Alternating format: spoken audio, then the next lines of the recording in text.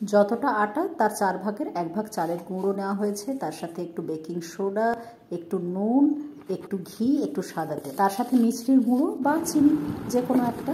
ভালোভাবে সবকটা উপকরণ মেখে নেওয়ার পর অল্প অল্প জল দিয়ে ভালোভাবে ডোটা বানিয়ে নিতে হবে। একটু শক্ত করেই বানাতে হবে। তারপর 3 থেকে 4 মিনিট রেখে দিতে হবে ঢাকা দিয়ে।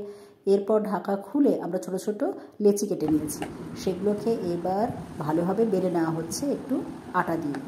পাতলা করে বা মোটা করে যেমন খুশি কাটতে পারো, যেমন গজা তুমি চাও।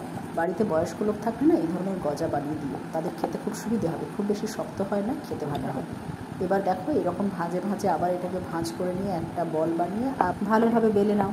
এতে ভেতরে লেয়ার তৈরি হয়ে গেল। এইবার ছুরির সাহায্যে নিজের মনের মতো করে লম্বা লম্বা সাইজে কেটে নাও। সরু সরু করে কাটতে পারো, চওড়া করে কাটতে পারো, যেমন শেপের গজা চাও তেমনই কাটবে।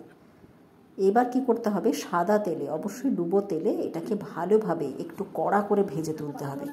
যত কড়া করে ভাজবে তত শক্ত শক্ত হবে, আর যদি হালকা করে ভেজে তোলো তাহলে একটু নরম হবে। অবশ্য বাড়িতে বয়স্ক মানুষ থাকলে, যাদের দাঁত নেই বিশেষ করে, তাদের জন্য একটু নরম করেই বানিও। আর যারা শক্ত খেতে পছন্দ করে শক্ত করে বানিও।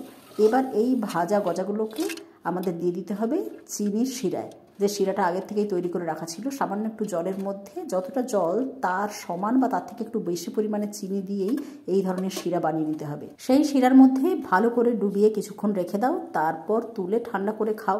তাল মিছরির শিরাও করতে পারো।